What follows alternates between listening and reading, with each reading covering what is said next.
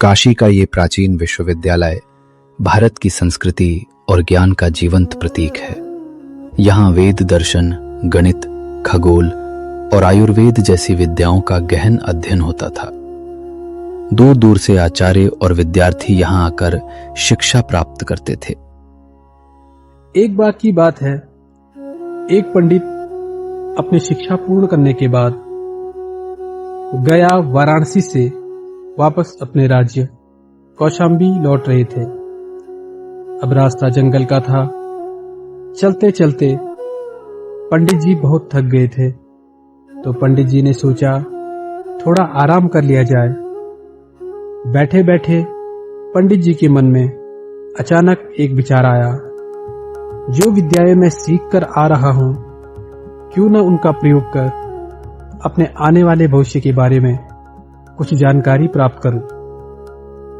यह सोचकर पंडित जी मंत्र का जाप करने लगे, परंतु यह क्या, अपनी प्राप्त की हुई सिद्धि से पंडित जी को ज्ञात हुआ कि अगले ही कुछ पहरों में उनकी मृत्यु हो जाएगी। पंडित महाज्ञानी थे, अतः इस सत्य को स्वीकार कर वह आगे के मार्ग पर चल पड़े। चलते चलते रास्ते में उन्हें एक अत्यंत डरावनी शक्ल का एक व्यक्ति मिला। उसकी वेशभूषा और हाथ में खंजर देखकर पंडित जी को समझने में देर नहीं लगी कि यह एक खूंखार डाकू है। अपनी बड़ी बड़ी लाल आंखों से पंडित जी की ओर घूरकर बोला, रुक जाओ मुसाफिर, जो कुछ भी तुम्हारे पास है उसे यही मेरे पास छोड़ दो। मेरे पास तो कुछ भी नहीं है भाई। मैं तो कई वर्षों के पश्चात अपने परिवार से मिलने अपने राज्य वापस लौट रहा हूँ। कृपा कर आप मुझे जाने दें। मैं तुम्हें जाने नहीं दे सकता, क्योंकि अपने राज्य जाकर तुम अपने राजा को मेरे बारे में बता दोगे और मैं सिपाहियों के हाथों मारा जाऊंगा। मैं अपने प्राण दांव पर नहीं लगा सकता, अतः मैं आज तुम्हारे ही प्राण ले लूंगा। डाकू की बात सुनकर पंडित को अपनी अकाल मृत्यु का स्मरण हो आया, जो कि पंडित को कुछ देर पहले ही ज्ञात हुआ था। पंडित जान गए थे कि उनकी मृत्यु का समय बहुत निकट है, लेकिन उन्हें यह भी स्मरण था कि मेरा परिवार मेरी प्रतीक्षा कर रहा होगा। लेकिन अब उनको अपनी मृत्यु के बारे में कैसे सूचित करूं? पंडित के मन में एक विचार आया और उन्होंने डाकू से कहा, ठीक है भाई, आप बेशक मेरे प्राण ले लो, पर उससे पहले आपको मेरी एक अंतिम इच्छा पूरी करनी होगी। अच्छा बताओ, क्या है तुम्हारी अंतिम इच्छा? मैं अवश्य ही तुम्हारी अंतिम इच्छा पूरी करूंगा। महोदय, आप सिर्फ मेरा एक पत्र मेरे परिवार तक पहुंचा देंगे तो आपकी अति कृपा होगी। यही मेरी अंतिम इच्छा है। डाकू उस पत्र को ध्यान से देखता है तो उस पत्र में उसे कुछ आड़ी तिरछी आकृतियां दिखाई देती हैं। यह सोचकर कि इसमें पढ़ने लायक कुछ भी नहीं है, तो डाकू पत्र को पंडित के परिवार तक पहुंचाने का वचन दे देता है। कुछ ही दिन बाद डाकू पंडित के घर वह पत्र दे देता है और वेश बदलकर उसी राज्य में स्वयं को पंडित का मित्र बताकर रहने लगता है। अब पंडित के परिवार को पत्र तो मिल जाता है, लेकिन वे उस पत्र में लिखे हुए संदेश को नहीं पढ़ पाते हैं। अतः वे उस पत्र को लेकर राजा के दरबारी पंडितों से उस रहस्यमयी पत्र का अर्थ जानने व संदेश पढ़ने की इच्छा से राजमहल जाते हैं। महाराज की जय हो। महाराज, मेरा पुत्र कई वर्षों से वाराणसी गया में शास्त्रों की शिक्षा हेतु गया था। आज कई वर्षों पश्चात मेरे पुत्र का संदेश उसी के एक मित्र के हाथों आया है, लेकिन हम इस संदेश को पढ़ने में असमर्थ हैं। अतः कृपा कर आप अपने दरबार के विद्वान पंडितों से इस पत्र में लिखे संदेश को पढ़ने हेतु आदेशित करें। अब महाराज की आज्ञा के अनुसार सभी दरबारी पंडितों ने एक एक कर पत्र पढ़ने की कोशिश की, लेकिन कोई भी उस रहस्यमयी विद्या में लिखे पत्र को नहीं पढ़ पाया।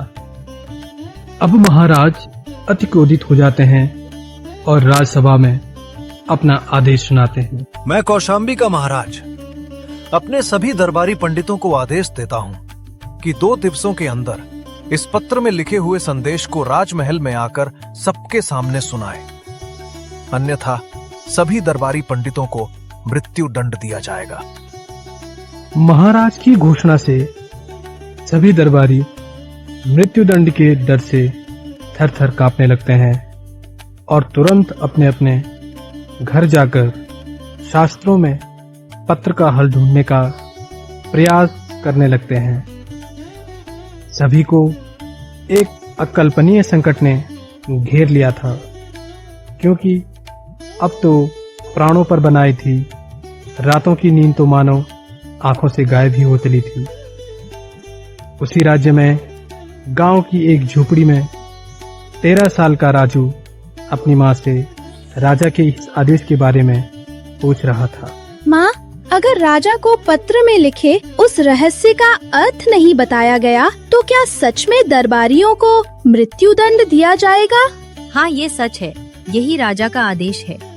चलो तुम सो जाओ, रात बहुत हो चली है और कल तो तुम्हें गेहूं पिसवाने गांव से दूर पंचक्की पर भी तो जाना है। सुबह होते ही राजू गेहूं की थैली लेकर गेहूं पिसवाने पंचक्की की ओर निकल पड़ता है। पंचक्की गांव से काफी दूर थी, अतः जंगल के रास्ते राजू को पंचक्की तक पहुंचने में काफी समय लग गया था। गेहूं पिसने में काफी वक्त लग रहा था। अब दिन ढलने वाला था और अंधेरा होने को था। राजू वैसे तो उम्र से काफी छोटा था, लेकिन साहसी बालक था। अतः राजू ने रात वहीं बिताने का निर्णय ले लिया। अब राजू उस सुनसान जगह पर सरसराती हवाओं और घुप अंधेरे के बीच अकेला था। राजू जंगली जानवरों से बचने के लिए एक घने पेड़ पर चढ़ गया और सुबह होने का इंतजार करने लगा।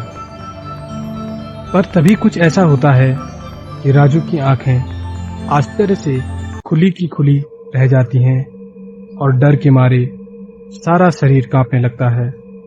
राजू उसी पेड़ के नीचे देखता है कि सारे मसान यानी भूत आग जलाकर उसके आसपास नाच रहे हैं और आपस में बातें कर रहे हैं।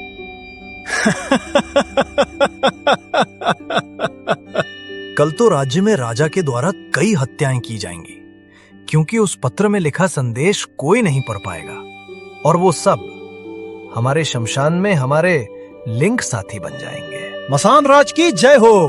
वैसे मसान राज, उस पंडित का संदेश दरबारी पंडित क्यों नहीं पढ़ पाए? वो पंडित जिसने संदेश भेजा था वो परम ज्ञानी और विद्वान था, और उसका संदेश वही विद्वान पढ़ पाता जो उसी की तरह परम ज्ञानी और महाविद्वान होता। पर मसान राज, आखिर वो संदेश है क्या? पंडित ने इस संदेश में अपने परिवार को ये लिखा है कि जिस व्यक्ति के द्वारा तुम्हें ये पत्र प्राप्त होगा उसी ने मेरी हत्या कर दी है। ये सुनकर राजू जो पेड़ पर बैठा ध्यान लगाकर उनकी बातें सुन रहा था, उसके तो मानो होश ही उड़ गए, क्योंकि वो हत्यारा अभी भी उन्हीं के राज्य में स्वतंत्र होकर रह रहा था। अब सुबह हो चली थी। राजू तुरंत पीसा हुआ आटा लेकर घर की तरफ चल पड़ा। उधर राजमहल में अगर तफरी मची थी, आज दरबारी पंडितों को फांसी पर लटकाया जाना था, क्योंकि कोई भी उस संदेश को नहीं पढ़ पाया था। जैसे ही सभी तैयारियां हुई, राजू राजमहल पहुंच जाता है। महाराज, रोक दीजिए ये फांसी का आदेश। मैं आपको इस पत्र पर लिखे संदेश को पढ़कर सुना सकता हूँ। ठीक है बालक, यदि तुम ऐसा कर पाए तो सबकी सजा माफ कर दी जाएगी और तुम्हें राज दरबार में उचित दरबारी पद पर नियुक्त कर दिया जाएगा। महाराज, इससे पहले कि मैं ये संदेश आपको पढ़कर सुनाऊं, आप उस व्यक्ति को मेरे सामने प्रस्तुत होने का आदेश दें जो ये पत्र लेकर आया था उस व्यक्ति को बुलाया जाता है जो खुद को पंडित का मित्र बता रहा था और पत्र लेकर आया था। महाराज, यही व्यक्ति पंडित जी का हत्यारा है, अतः इस व्यक्ति को प्राण दंड मिलना चाहिए। अब महाराज द्वारा उस व्यक्ति से सख्ती से पूछताछ करने पर उस व्यक्ति ने अपना अपराध स्वीकार कर लिया और राजा ने उसे प्राण दंड दे दिया। आज राजू के साहस और बुद्धिबल ने हमारे महल के सभी दरबारियों के प्राणों की रक्षा की है, इसलिए राजू को उचित इनाम दिया जाएगा और साथ ही राजू को राज दरबार में राज दरबारी के पद पर नियुक्त किया जाता है। तो दोस्तों, कहानी का मॉरल ये है कि चाहे अपराध छुपकर ही क्यों न किया जाए, लेकिन सच्चाई एक दिन सबके सामने आ ही जाए। तो मिलते हैं अगली कहानी के साथ। और हाँ दोस्तों, अगर कहानी अच्छी लगी तो कमेंट, लाइक, शेयर और सब्सक्राइब करना। जय हिंद।